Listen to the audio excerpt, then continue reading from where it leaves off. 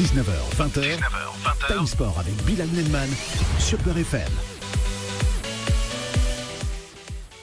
Bonsoir à tous et bienvenue dans ce nouveau numéro de Time Sport sur Beurre FM, 19h, 20h. Bilal va arriver d'ici quelques instants. Une grosse équipe ce soir pour ce nouveau numéro de Time Sport avec mes consultants qui sont bel et bien là et présents. Hervé, comment ça va ? Bonsoir Claude, content de te retrouver. Ouais, ça fait un grand plaisir. Abdel qui est avec nous, casquette en arrière, Abdel. Ouais, salut, bonsoir à tous. Très content d'être là et impatient que l'émission débute. Sans oublier Smaïl à mes côtés. Alors lui, casquette en avant. Comment ça va ? Ça va bien. Ça fait plaisir de te voir, Claude. Ça fait très longtemps.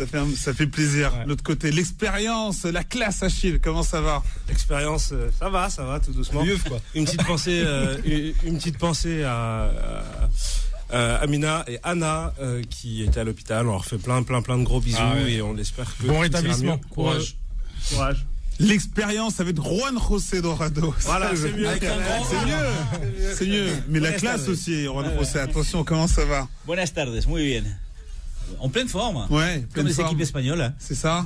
On parlera football avec le Stade Rennais face à l'Ogre anglais. Le Paris Saint-Germain qui se déplace sans Neymar et Mbappé. Quel sera le comportement des Parisiens? Et puis incroyable mais vrai, 0 à tous les niveaux pour l'Olympique de Marseille, défait à Porto 3-0. Zinedine Zidane qui s'impose 3-2 du côté de Inter de Milan. Le duel avec la Lazio de Rome dans une cyclone. Faut-il donner l'exemple en prenant des mesures, peut-être la disparition ou non, on y reviendra sur la Lazio. On voit Achille qui se gratte l'oreille, qui frotte les mains. Doucement, Achille, doucement. Et puis on terminera un mot de F1. Milton pourrait prendre, pourquoi pas, sa retraite à faire. On verra ça. En tout cas, on enchaîne avec le ras-le-bol. Time Sport, le ras-le-bol. Le Stade Rennais, tiens, face à l'Ogre anglais. Est-ce que Rennes peut le faire ? Merci de me donner la parole, c'est gentil. T'es là pour t'exprimer, non, mais vraiment, en premier, ça me fait plaisir d'ouvrir le bal. Est-ce que Rennes peut le faire contre Chelsea ? Ça va être compliqué quand même, parce que Chelsea, ça reste une bonne équipe. En face, ils ont un ancien du Stade Rennais. Quand je dis un ancien, c'est un jeune qui a été formé au Stade Rennais, le gardien sénégalais, qui est à Chelsea. Donc il va avoir à cœur aussi d'arrêter toutes les frappes de ses anciens coéquipiers de centre de formation. En plus, Kamavinga ne joue pas, ça va être très compliqué. Après, c'est un match pour prendre de l'expérience. On savait que le Stade Rennais allait pas forcément, allait forcément un peu galérer quand même dans ce groupe-là. Mais bon, il y a moyen de faire quelque chose. Ça va être un match intéressant. Alors attention, il a évolué à Cherbourg, à Marseille, à Reims, à Rennes une saison. Quand même. Ah oui, il n'a pas été formé. Oui, il est jeune. C'est pas la même chose. Je t'aime bien, mais c'est vrai. Excusez-moi, c'est vrai. Tu as raison. Mais comme ça, tu rentreras chez toi en saurant que voilà. Ah mais c'est intéressant de me dire, on apprend tous les jours, mon ami. Il n'y a pas de souci. Hervé. Après le naufrage marseillais d'hier soir, j'ai bien peur qu'on assiste encore à une nouvelle catastrophe rennaise. Et quel optimisme. Je suis réaliste. Et j'ai peur qu'encore une fois que le Paris Saint-Germain soit la seule équipe française à sauver les meubles. Voilà, c'est triste, mais c'est la réalité actuelle de notre Ligue 1. Et quand tu vois un tel bilan français sur la scène européenne, tu peux comprendre d'une certaine manière que Mediapro soit aussi peu enclin à mettre les 800 millions d'euros sur le championnat français. Le Stade Rennais, c'est quand même autre chose, Abdel. Non, moi mais ils ont quand même été largement dominés contre Séville, tu vois. Mais avec un entrejeu absent comme Nzonzi et Kamavinga qui sont quand même des pierres angulaires du système. Franchement, j'ai envie d'y croire. Pour moi, quand j'ai vu Rennes tomber dans ce groupe-là, ça ressemblait étrangement au groupe de Lille de l'année dernière, assez ouvert, capable d'essayer de rivaliser au moins dans le jeu, mais un peu un manque d'expérience qui fait que on n'arrive pas à gagner les points qu'il faut. On n'oublie pas que c'est un match nul contre Krasnodar et une défaite 1-0 contre Séville, même s'ils ont été ultra dominés. S'ils étaient sortis d'un match nul, on aurait dit que c'était un exploit, mais ils auraient pris quand même des points. Maintenant, excuse-moi Claude, juste je termine sur ça. Je pense que ils ont les atouts pour bousculer Chelsea, qui alternent le bon et le moins bon. C'est vrai qu'ils ont énormément de recrues qui commencent à prendre un petit peu la mayonnaise, mais je pense que Rennes, s'ils y vont pour les bousculer et qu'ils se cachent pas en jouant défensif comme beaucoup d'équipes françaises, c'est vrai, je pense qu'il y a moyen de faire un coup. Achille, je vais me faire un petit peu le défenseur des clubs français, hein, et en l'occurrence vraiment du Stade Rennais. Je pense pas, contrairement à ce qu'a pu dire Hervé, que le Stade Rennais va tout simplement baisser son pantalon comme l'OM le fait depuis le début de cette Ligue des Champions. Il faut être clair. C'est-à-dire que Rennes ressemble beaucoup à Lille la saison dernière. Ils ont déjà pris des points, contrairement, encore une fois, à l'OM. Chelsea, c'est une équipe, comme le dit si bien, il m'a même enlevé les mots de la bouche, Abdel, à savoir que c'est une équipe qui est en demi-teinte. On ne sait pas. C'est-à-dire que soit elle est dans un bon jour, et dans ce cas de figure, ça va être très compliqué pour le Stade Rennais, ou ça va être le Chelsea des mauvais jours, ou un petit peu ouvert, on ne sait pas trop comment ça va aller, et derrière, Rennes a vraiment une pièce à jouer. Mais il y a quand même l'expérience qui joue pour Chelsea, Juan José, non? Alors à ta question, non, je ne pense pas que Rennes soit capable de le faire ce soir. Tout simplement, déjà parce que vous l'avez dit, vous tous, hein, il y a énormément de nouveaux arrivants du côté de Chelsea. Chelsea qui se prépare pour être très performant là, en première ligue, et ce n'est pas face à Rennes qu'il va donc commettre sa première erreur. Et puis effectivement, vous l'avez encore dit, Rennes, ça nous rappelle quelque chose comme à Lille, ouais. comme l'année dernière.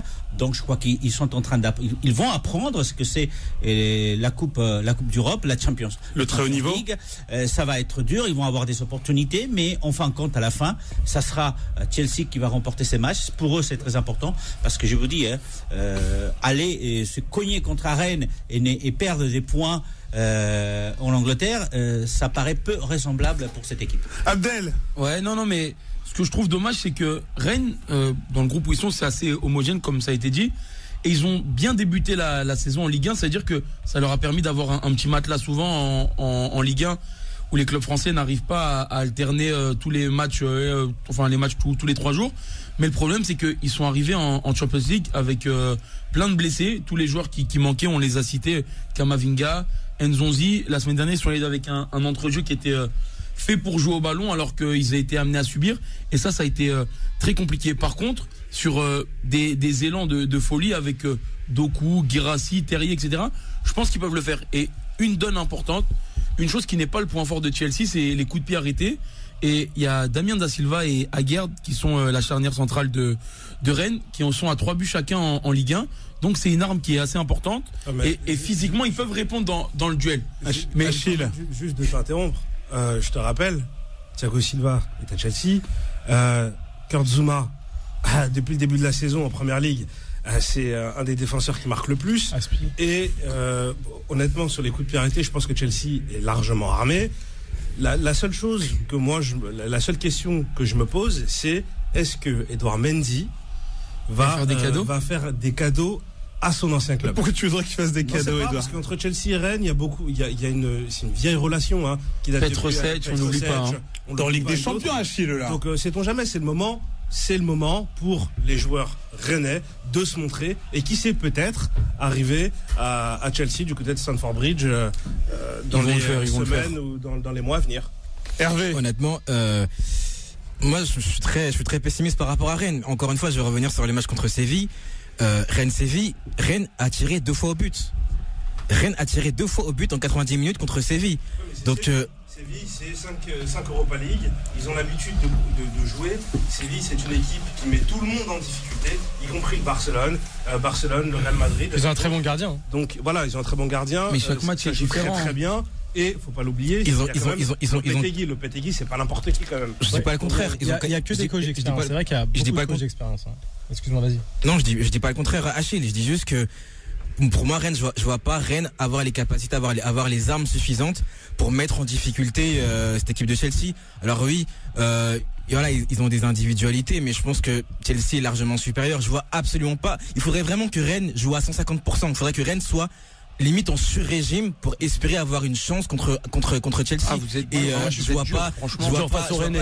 vois pas les jeunes de Julien Stéphan être capables de alors Smaïl, la réaction, et j'aimerais entendre aussi Juan Procedorado sur les Rennais. Moi je partage ton avis sur le fait que clairement sur le papier Rennes ne peut pas espérer autre chose que carrément une défaite, mais moi je pense qu'ils peuvent quand même réellement tirer un match nul qui serait comme une victoire quelque part de Rennes, et quelque chose sur le coup, pourtant mériterait parce que sur les 2 matchs qu'ils ont fait, bon, c'est vrai qu'ils ont fait match nul contre l'équipe la plus faible entre guillemets du groupe. Contre Séville, ils ont perdu que 1-0. Je pense que ils peuvent élever leur niveau et peut-être faire un petit peu mal à Chelsea et espérer un match nul. Je pense que c'est faisable, même si forcément les codes sont beaucoup plus intéressants du côté de Chelsea, quoi. Ouais. Oui, mais nous on est là.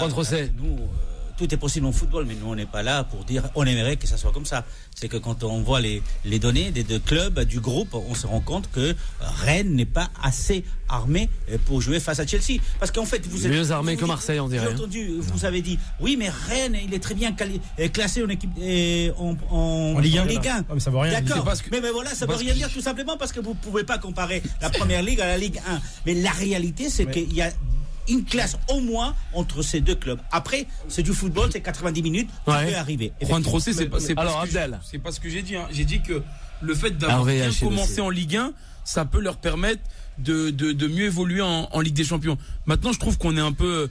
Moi, c'est pas que j'ai envie qu'ils le fassent. Moi, j'y crois. Et je pense on y croit.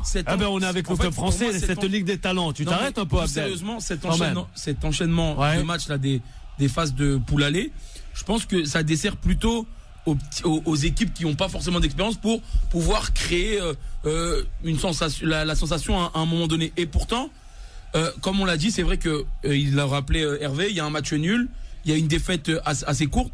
Pourquoi pas dans la suite logique aller bousculer encore Chelsea? Mais moi, je pense qu'ils sont capables de le faire. Honnêtement, c'est pas que j'ai envie parce que je supporte ce club, mais d'un point de vue en voyant les 2 équipes, je pense que sur la scène européenne, même s'il y a un grand écart, c'est possible. Peut-être. Depuis le début de la saison, on ne voit pas un Chelsea super flamboyant. Vous l'avez dit, vous tous autour de cette table. Bien sûr. Mais ils ont changé de gardien. C'était le gardien qui était pour beaucoup. Même s'ils ont changé effectivement de gardien, il y a un nouvel effectif, il y a des nouveaux joueurs, il y a un temps d'adaptation, il y a un enchaînement de matchs extrêmement important du côté de Chelsea, encore plus du côté de Chelsea que du côté de Rennes. L'intensité est encore plus élevée. Il faut s'attendre à ce que Chelsea baisse le rythme, d'autant plus que pourquoi Chelsea on les voit si beaux, si beaux. C'est plus le Chelsea de l'époque. Ils sont armés pour aller loin en Première Ligue et ils sont armés pour aller loin en Champions League. À l'heure actuelle, l'équipe est en rodage. Et comme vous le savez tout aussi bien, quand on est en rodage, on peut avoir des trous. Et c'est là où Rennes doit clairement... Pas trop en avant. Parlez ton qui court. Oui, Hervé. Allez, Hervé. Il s'agite là. Je sais pas pourquoi. Laisse ton bouillon ton marqué. C'est bien ça, Smaïl. Hein. C'est ce que je disais. Excuse-moi, pardon, Hervé. C'est juste pour dire que c'est peut-être. Je vais dire, Istanbul gagne 1-0 contre Manchester à domicile. Ça peut peut-être être annonciateur de certaines surprises qu'il pourrait y avoir. Aussi, comme le disait si bien notre ami Abdel. Oui, Hervé, avant de passer à Claude. Il y a un manque de lucidité, je pense, quand on analyse les performances des clubs français. Je pense qu'on n'est pas assez lucide sur le réel niveau de nos clubs français, en fait. Hier, j'entendais beaucoup d'observateurs européens qui disaient oui, vous savez, Porto réalise un début de saison un peu en dents de scie. Voilà, ils ont gagné 3 matchs, ils ont fait 2 défaites, un match nul sur 6 matchs. Ah non, c'est pas le Porto qu'on a connu habituellement. Et hier, on a vu qu'il y avait une dimension d'écart entre Marseille et Porto. Rennes a lutté pour battre Krasnodar. Ils ont pris un bouillon contre Séville. Et vous allez me faire croire que cette équipe rennaise, en une semaine, elle va se métamorphoser. Et pourquoi pas? Bien sûr, ça existe. Oui, on a le droit de rêver. Rêvons plus grand, Hervé. On est dans la capitale française. Arrêtez bêtises. Si Chelsea est prenable, si Manchester City a été prenable, c'était vraiment cette année pour Marseille, pour le coup, parce qu'il n'était pas non plus en forme. Et là, si Chelsea est prenable, pour Rennes, c'est cette année, plus que d'autres années. Oui, mais dans ce cas de figure, en suivant le raisonnement d'Hervé, autant ne pas jouer le match, autant déclarer forfait. On invente des cas de Covid. Des cas comme certains clubs ou esquivent, mais bon, on en parlera un peu plus tard. Ça sert à rien de jouer en fait, concrètement. C'est-à-dire qu'aujourd'hui, quand on voit le parcours de l'Ajax, l'Ajax c'est quand même un très grand club qui perd une bonne formation et tout. Voilà, mais l'Atalanta c'est quoi? Parce que l'Atalanta qui perd les 3 premiers matchs de Ligue des Champions, les 3 premières journées la saison dernière de Ligue des Champions, derrière qu'est-ce qu'ils font? Voilà, donc pourquoi Rennes devrait avoir peur de Chelsea? Et puis ils peuvent serrer derrière. On termine avec toi avant de passer au Paris Saint-Germain. Et le pronostic concernant Chelsea-Rennes. Après, il y a quand même le poids de l'expérience, c'est-à-dire que Rennes dispute sa première Ligue des Champions. Ça faut pas l'oublier, même si il y a des joueurs qui sont fort intéressants. Et puis il faut pas comparer Rennes à Marseille. Rennes est dans une vraie dynamique à découvrir le haut niveau. Enfin, je veux dire. Alors, meilleur joueur, il joue pas quand même. Kamavinga ne jouera pas. Hein. Oui, c'est vrai que Kamavinga ne joue pas, mais il y a quand même quelque chose de positif à Rennes. Et c'est pour cela qu'ils ont les arguments de leur poser problème. Mais je pense que l'expérience, même un Chelsea moyen, je pense que malheureusement Chelsea, on va y croire. C'est les clubs français. Un pronostic justement, Achille. Et là pour analyser. Ouais. Chelsea, Rennes. Chelsea, Rennes. Allez, soyons fous. Un partout. Le coach Tolé. 3-1 pour Chelsea. 3-1 pour Chelsea. Juan José Dorado, on l'écoute. 2-0 pour Chelsea. Abdel, tu nous dis quoi? Un partout toi aussi, comme Achille. Oui. Hervé 3-0 Chelsea. Oui. Ah ouais, carton plein. Et Ismaël? Moi, je vois vraiment 1-0 pour Chelsea. 1-0. Ben justement, Neymar pourrait être absent jusqu'à la trêve internationale. Que dire? Que va faire ce Paris Saint-Germain et Thomas Tuchel, justement? Eh oui. Face à Leipzig. J'aime pas trop quand tu associes Thomas Tuchel avec le Paris Saint-Germain. Le Paris Saint-Germain. Le Paris Saint-Germain. Oui, mais je fais exprès aussi. Déjà le Neymar. Alors, le Neymar ne pourrait pas jouer jusqu'à la trêve. Junior. J'ai envie de te dire, à part ce soir, il reste un match de championnat et après c'est la trêve internationale. Moi j'ai envie de te dire que s'il joue pas pendant la trêve internationale, donc s'il joue pas avec sa nation, ça va très bien en tant que supporter du football. Ouais. Hein le PSG s'y opposé. Ah carrément, Achille. Mais clairement, le PSG veut que Neymar reste pour son bien-être. Toujours les infos croustillantes d'Achille. Il y a ça. Maintenant après Leipzig, ça va être un match intéressant. Il joue pas contre une équipe hyper forte sur le papier. Ça va être compliqué parce que les meilleurs joueurs ne sont pas là. Voilà, ça reste un match. Beaucoup de blessés au PSG. Hein. Il y aura une équipe en face qui aura Neymar, Mbappé, Icardi, Draxler. Verratti, notamment. Draxler, il joue jamais. Non, mais Verratti. Verratti, cours alternatif. Ouais. Ok. Voilà. Il y a comme Neymar, Mbappé. Icardi, voilà. Il y a quand même ce qu'il faut. Non, mais bien sûr, c'est pour ça que je dis que ça reste une équipe qui est assez compétitive encore et qui a les armes pour pouvoir battre Leipzig, je dirais pas carrément, mais je veux dire, voilà, c'est une équipe qui, malgré les absences, c'est une équipe qui peut quand même faire peur, une équipe comme Leipzig, faut le dire aussi, quoi. On va bien. Le Paris Saint-Germain. Faut pas les enterrer, mais ça reste, voilà. On va revenir sur le PSG. Il reste sur le papier plus fort, entre gars, c'est Leipzig. C'est plus fort sur le papier, la physionomie sera totalement différente. Là, t'as un match de poule, t'es pas en demi-finale. C'est une revanche de Leipzig aussi, peut-être. Et puis, je pense merci, le coach Tolé. Ils proposeront autre chose en termes de jeu, Leipzig. Bon, restez avec nous, chers auditrices et auditeurs de Beurre FM, le 01 53 48 3000. Après la pause, on reviendra encore une fois sur le Paris Saint-Germain. Time Sport revient dans un instant. Beurre FM, 19h-20h. Time Sport avec Bilal Nenman. Tour sur l'antenne de Beurre FM, 19h-20h, c'est l'heure de Time Sport. Ça me fait plaisir, j'en ai perdu mon latin. Oui, c'est vrai, un beau plateau. Il y en a toujours sur l'antenne de Beurre FM. Avec Achille, Smaïl, Abdel, Hervé, le coach Tolé, Juan José. Justement, on parlait si bien du Paris Saint-Germain. Que dire? Achille nous faisait plaisir avec toutes ces infos croustillantes en plateau. Mais le PSG, devra gagner et gagnera. Abdel. Je pense que, comme il a dit Claude, ça va être un match quand même assez équilibré du fait qu'il y ait quand même des absents du côté du Paris Saint-Germain. Après, par rapport à la demi-finale où Leipzig n'avait pas du tout joué son football, où ils avaient joué à reculons, où ils s'étaient pas du tout découverts, pas de prise de risque, etc. Je pense qu'on va avoir une belle adversité ce soir. Par contre, je suis assez curieux de voir comment Paris va se débrouiller sans Neymar et Mbappé. Mais pour moi, c'est pas une mauvaise chose du tout. Ça me fait penser à l'époque quand Paris jouait un peu sans Ibrahimovic et que collectivement, était pas mal, ça jouait peut-être mieux. Plus libéré. Non, pas plus libéré, mais des fois, peut-être qu'il y en a qui pas la contrainte, mais qui ont envie de donner la balle aux deux stars, soi-disant. Mais pour moi, je pense que ça peut libérer certains joueurs, comme il l'a dit Smaïl. Et je pense que ça peut être une bonne chose. Moi, je pense que Paris va gagner, peut-être pas dans la facilité. Dans la douleur. Je pense que, je pense qu'ils vont s'imposer, je pense. Ils vont s'imposer, Achille, Juan José, les Parisiens. Voilà, je vais très probablement vous surprendre. Alors, surprends-nous. Voilà, je pense pas que le Paris Saint-Germain va pouvoir s'imposer à Leipzig. Non pas que l'effectif n'est pas bon, l'effectif du Paris Saint-Germain, même sans Neymar et Mbappé. Une belle équipe à Paris. À Leipzig, on oublie, il y a beaucoup même de gens qui ont souvent tendance à oublier que le PSG, ils ont battu 4-0 Barcelone au Parc des Princes. Neymar et Mbappé n'étaient pas sur le terrain. La seule différence, c'est quoi? C'est qu'il y avait un collectif. Il y avait un coach qui avait fait en sorte de bien préparer donc son équipe et par la suite, on a vu tout de suite les bienfaits. Là, au contrario, c'est à Leipzig. On a un Thomas Tuchel qui arrive, à Leipzig et qui parle de son avenir personnel à nos confrères allemands, en leur disant que il espère peut-être une prolongation de contrat. À la veille il y a un malaise. Voilà. En gros, il y a un malaise avec le coach. D'un match de Ligue des Champions. De surcroît, quand tu as autant d'absents, j'ai envie de dire, à un moment donné, il faut dire les choses telles quelles.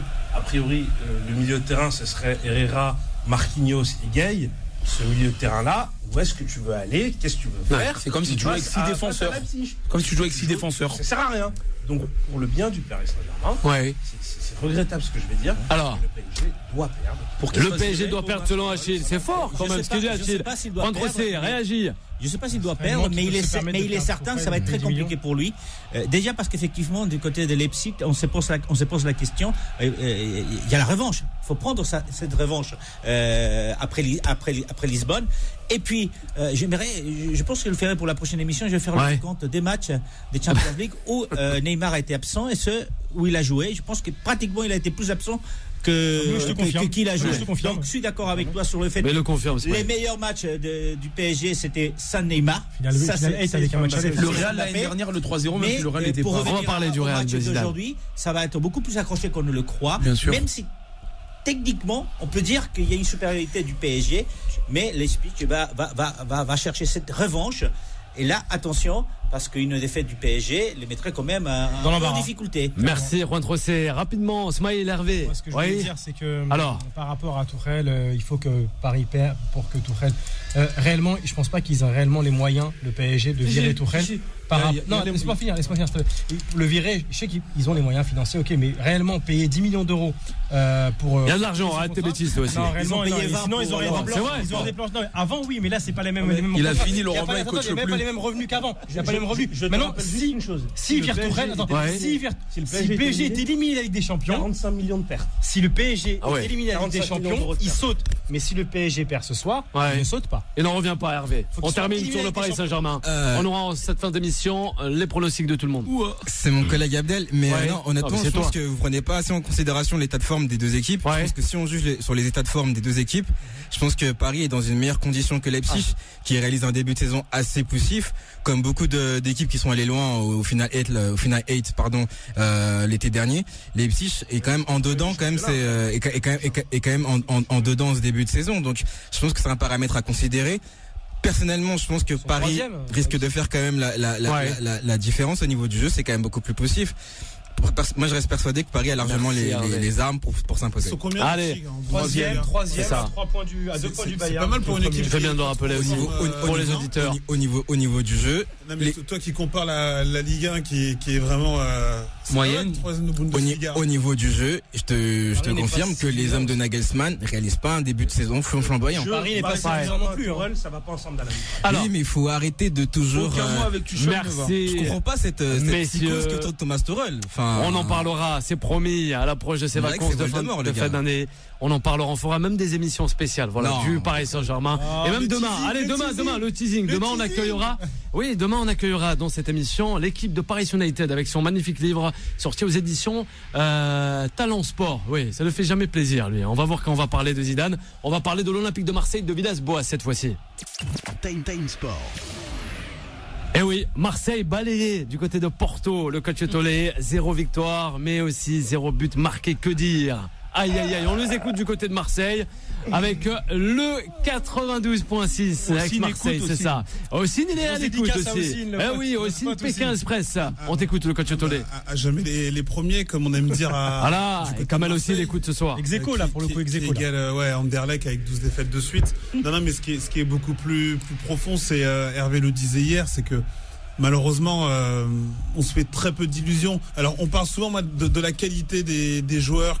C'est pas que les joueurs sont pas au niveau. C'est pas ça. Je pense que d'un point de vue, toi tu me dis oui, moi je te dis que non. Alors, je pense que d'un point de vue mental, il y a quelque chose vraiment de. Ils ne veulent pas jouer, Claude. On a l'impression que les remplaçants ont plus d'envie que les titulaires. Ah, mais il y a quelque chose de cassé. En fin de compte, je disais hier que tu as les joueurs qui sont censés tirer le groupe vers le haut, qui sont complètement à la ramasse, qui sont à la cave. Payet est à la cave. Thauvin, faut pas oublier qu'il a fait une saison blanche, donc c'est difficile de revenir. Benedetto n'a même pas marqué encore en Ligue 1. Rongier et Sanson sont les ombres des joueurs qu'on a vu la saison dernière. Moi, je trouve de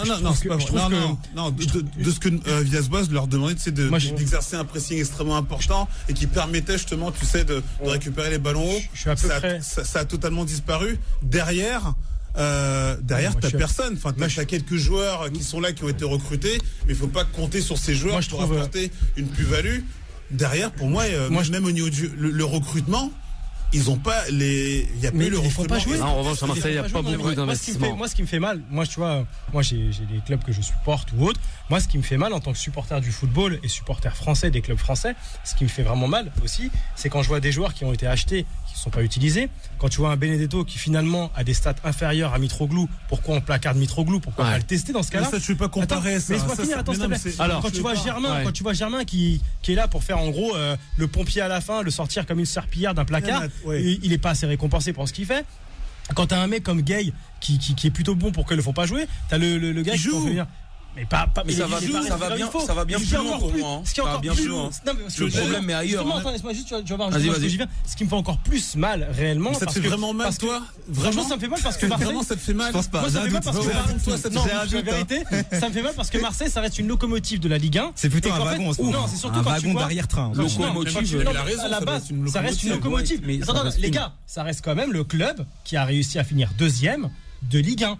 Maintenant, faut quand même se dire que le deuxième de Ligue 1, il se fait défoncer la gueule en Ligue des Champions. Ça fait chier pour la Ligue 1, excusez-moi. Mais ce que je voulais juste dire à la fin, excuse-moi pour peut-être me rapprocher de ce que tu voudrais dire. Rapidement. Ce qui me fait vraiment mal, c'est quand t'entends Villas-Boas qui, dès le début, dès maintenant, t'as l'impression qu'il baisse les bras. Et ça, quoi, attends, il reste 3 matchs, les gars. Ça fait mal. Abdelhachir, Hervé, les consultants, oui. Smaïl, ce que tu dis, c'est vrai, mais comme le rappelait Juan José, c'est vrai qu'il y a un fossé déjà entre la Ligue 1 et même la Ligue des Champions et même les championnats. C'est quand tu arrives en compétition européenne, et Olympiakos, ils sont plus expérimentés, ils jouent les compétitions depuis plein d'années. Faut pas dénigrer l'Olympiakos. Là, pour moi, c'est un facteur chance. Mais c'est pour moi. L'OM, quand ils sont arrivés dans le groupe, c'est vrai que c'est assez homogène, mais c'est plus le petit poussé du fait que on les a pas vus jouer depuis un moment dans cette compétition. Après, pour moi, ça va beaucoup plus loin. Villas-Boas, il a voulu partir, on l'a retenu, et à partir de ce moment-là, t'arrives plus à t'accrocher, et peut-être que ton discours, il passe plus à travers certains joueurs. Peut-être. Et coach Tolé, il a. Non, pas chez tout le monde, tu vois, mais dans le sang-frais qu'il a apporté dans 2-3 joueurs, je pense que ça peut marcher. Mais il y en a, je pense qu'ils ont la tête dans les chaussettes, ils n'arrivent plus à sortir ce qu'ils sont capables de faire. Et une dernière phrase, après je laisse la parole. Bien sûr. Il y a trop de joueurs qui sont individualistes comme Payet et Thauvin qui n'ont plus du tout là. Depuis le début, il y a des joueurs quand même qui auraient joué dans cette équipe. Alors, honnêtement, pour revenir à ce beaucoup de gens oublient, Villas-Boas voulait partir au début de saison. Il part pas parce que l'OM n'a pas les moyens de le payer. Donc il reste. Pourquoi il veut partir? Alors, il fait le triste constat qu'il sait parfaitement que avant que la saison commence, avec cet effectif-là, il ne pourra rien faire en Ligue des Champions. De plus, avec tout l'environnement qu'il y a pu avoir autour du transfert de Pape Gueye, l'affaire Yadji, l'affaire Villas-Boas, l'affaire aussi de l'ancien directeur sportif Zubizarreta aussi. Le contexte marseillais n'est absolument pas enclin à ce que le club travaille sereinement. Vous avez un Dimitri Payet qui, comme je le dis, je le répète, on prend pour un fou, mais passe son temps sur Uber Eats plutôt. Pas quand même, arrête. C'est la Ligue 1 sur les terrains. C'est la Ligue 1. Le gain et Uber Eats, bien sûr. Et chez le coiffeur avec sa nouvelle coupe. Il a le droit, Abdel. Toi aussi, tu as fait une nouvelle coupe. Exactement. Bien, coach Tolé.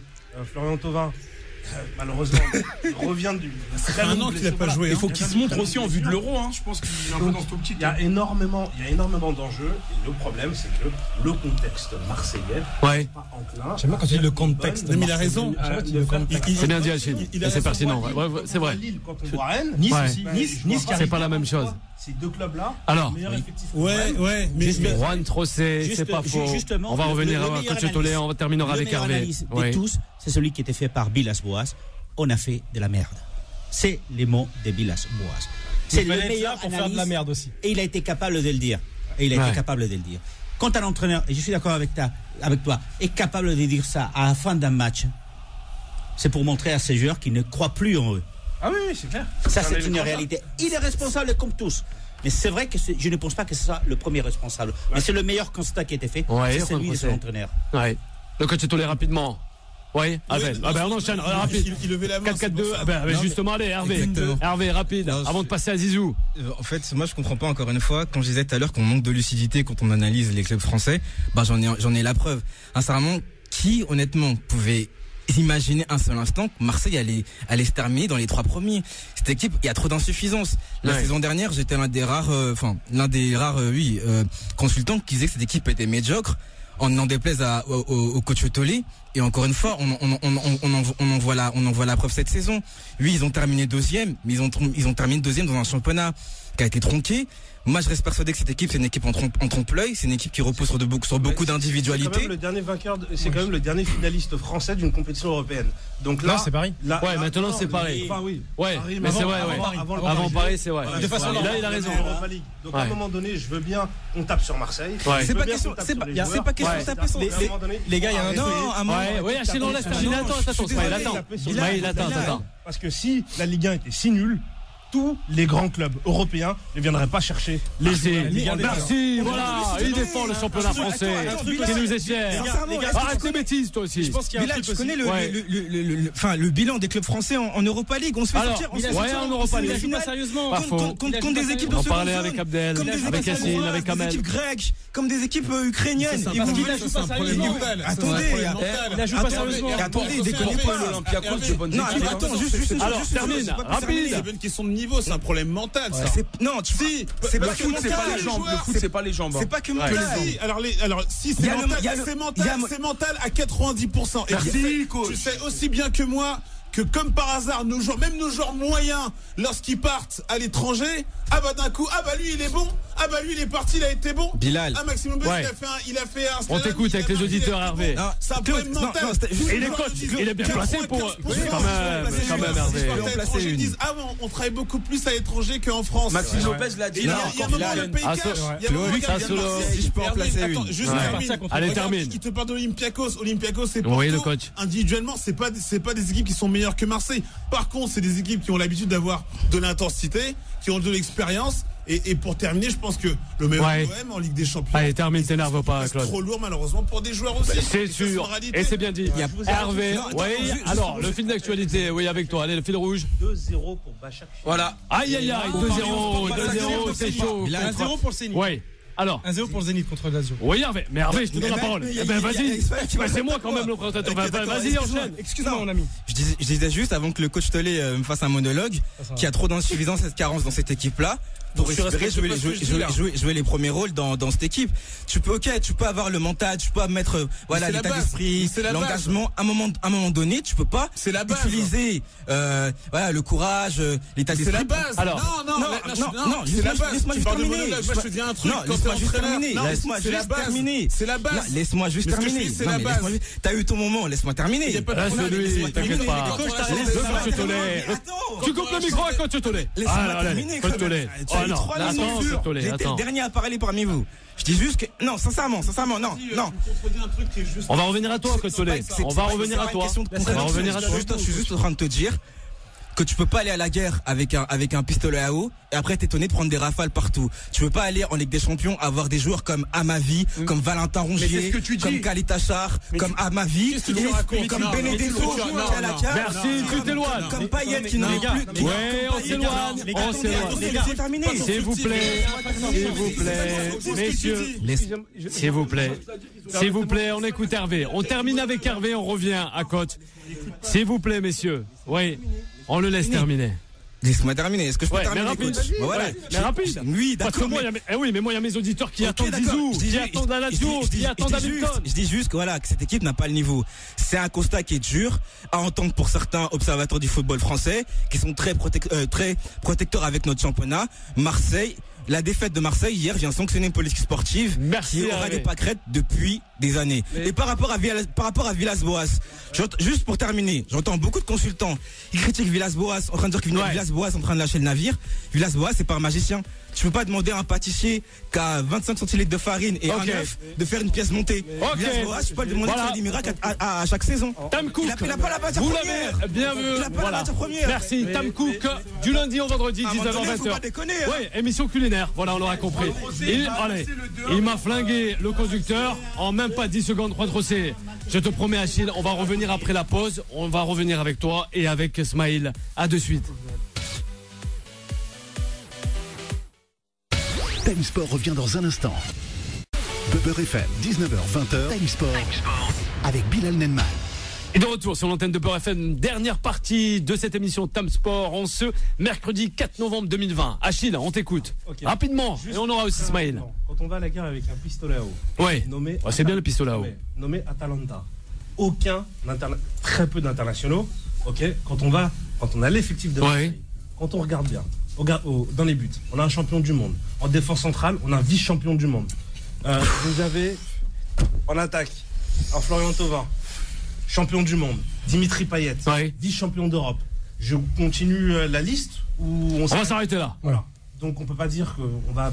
Il a raison. Non, ce que je voulais juste dire, pour finir, c'est qu'il y a aussi un facteur chance quelque part aussi, parce que le premier match de Marseille, ils perdent contre l'Olympiakos à la dernière minute, ils prennent un bubette.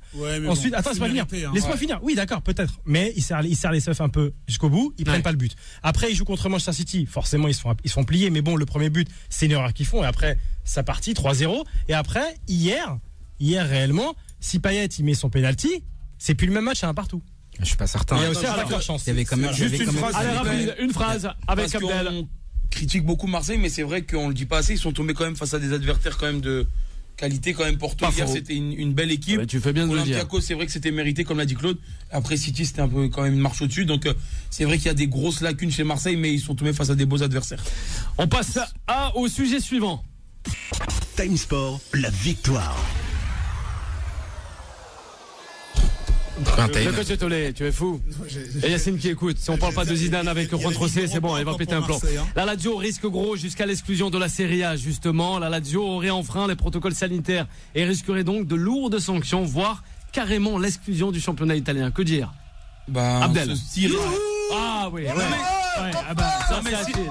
Ça c'est Achille qui le dit. Si ça marche que par la sanction et qu'il faut donner un exemple, malheureusement, même si la Lazio c'est un club historique, on va pas oublier leur passé douteux et encore actuel. C'est un bel exemple. Quand même. Pour l'ensemble de leur œuvre. Ok.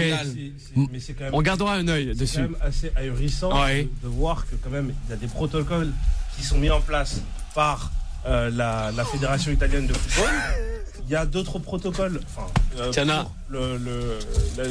ça s'appelle, l'UEFA, pour l'UEFA, et que comme par hasard, la Lazio se soustrait au protocole de la fédération italienne, mais veut tenter d'entourlouper l'UEFA. À un moment donné, on en a marre. Moi, je dis clairement, il y en a marre de ce club. Qu'ils aillent en série D et qu'on en parle pas. On suivra cela de près à la direction la capitale espagnole. Time Sport. Le duel. Je crois que tu n'es jamais parti là-bas, Smaïl. Un derby entre l'AS Roma et la Lazio. Aïe. J'espère que tu le pire souvenir de toute ma vie dans un stade de football. Vraiment incroyable. Olympiakos. Non, vraiment incroyable. Zidane s'impose encore avec la pression qu'il a subie ces dernières semaines. Et tu étais là pour en parler, Juan José. Et il est toujours là, Zizou. Il est toujours là. Il faut toujours avoir confiance en lui. Il faut déjà se rappeler effectivement que quand il arrive à Madrid, il vient pour sauver le meuble. Un entraîneur qui n'avait jamais entraîné une équipe de première division et a amené 3 années de suite le Real à gagner la Champions League. Et c'est lui qui va auquel on va faire un nouveau appel pour sauver le Real Madrid quand on a viré Lopetegui. C'est vrai qu'à plusieurs reprises, rappelez-vous, face notamment au Paris Saint-Germain, après la défaite du Real, il jouait sa tête face au Paris Saint-Germain et il l'a encore sauvé. Et cette fois-ci, face à l'Inter de Milan, il a encore réussi son coup. C'est toujours comme ça. C'est un homme qui supporte très bien la pression, c'est un homme qui est convaincu de ce qu'il fait, c'est un homme qui a l'appui total de son vestiaire et c'est un homme paradoxalement qui a l'appui total de son président, ce qui n'est pas le cas de tout le conseil d'administration du Real Madrid. Le président est toujours derrière lui. C'est ça qu'il a des opportunités. C'est normal, il a été le chercher. Il faut quand même se rappeler que c'est une pression constante du côté du Real Madrid.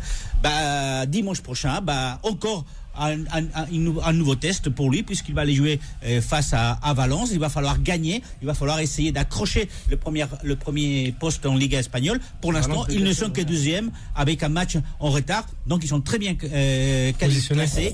Ouais. Et Zidane, en fait, il est fidèle à lui-même, comme il a toujours été depuis qu'il est entraîneur avec le Real. Juan José, je suis d'accord avec ce qu'il dit, parce que Zidane, pour moi, c'est quelqu'un qui est imperméable à la pression. À chaque fois, on veut lui mettre des choses sur les épaules. Je pense que il sait quand même gérer tout ce qu'il y a autour de lui. Ouais, il a quand même eu un coup de boule en finale de Coupe du Monde. Quand même. Ouais, mais bon, ça c'est autre chose.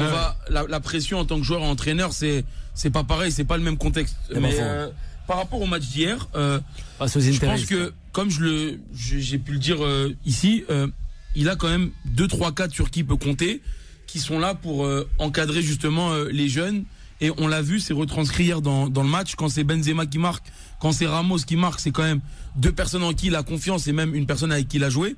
Et le but victorieux, il est inscrit par 2 joueurs qui sortent du banc, à savoir une passe D de Vinicius et un but de Rodrigo. Et franchement, il s'est vraiment bien encadré tout ce groupe-là. On dit souvent, il n'a pas de palette technique ou il n'a pas. Qui dit ça? Non mais moi ça Claude, qui dit ça? Alors non mais moi ça me rend. Je suis d'accord avec toi. Moi les mecs qui sont jamais assis sur un banc de touche et qui se permettent de douter d'un mec qui a gagné 3 fois la Ligue des Champions, qui est revenu, comme elle le disait, qui permettra de gagner la Liga, et en général il a jamais été réputé pour commencer tambour battant. Non mais c'est vrai, mais j'entends beaucoup à chaque fois, on voit pas la patte Zidane, etc. Mais pour moi, voilà, c'est ça. Pour moi, savoir mener son groupe et les faire atteindre un tel niveau ou les faire passer un cap à chaque fois qui sont en difficulté, pour moi c'est déjà là la patte qu'il a, c'est une patte mentale. Après on est au Real Madrid, les joueurs ils savent jouer au ballon et ils savent ce qu'ils doivent faire. On est d'accord, c'est vrai. Abdel, Hervé, Achille, sur le cas Zidane. Je serai bref, je pense pas que Zidane il ait la pression. Zidane il bénéficie d'un soutien total de la part de Florentino Pérez qui la double.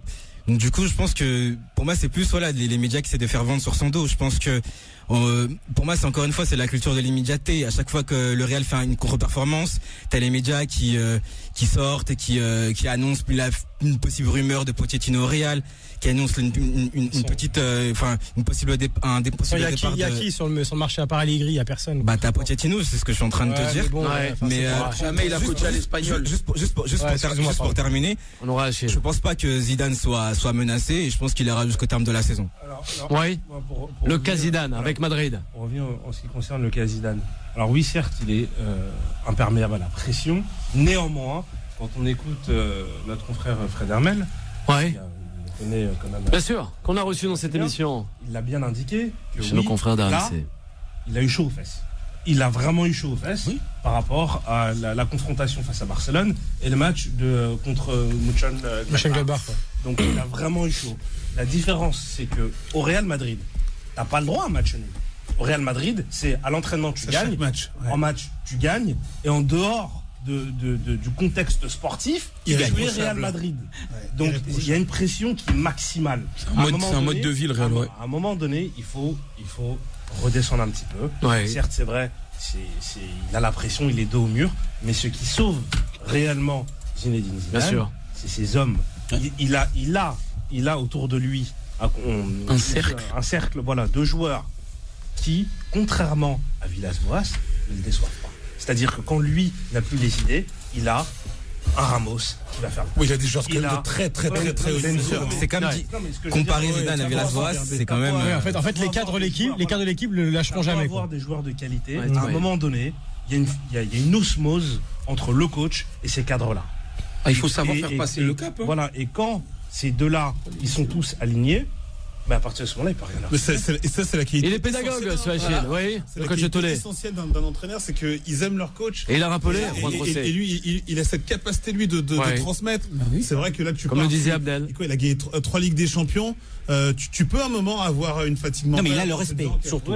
Mais ça, même s'il n'avait pas gagné la Ligue des Champions, quand il est arrivé dans le vestiaire du Real, c'était Zidane.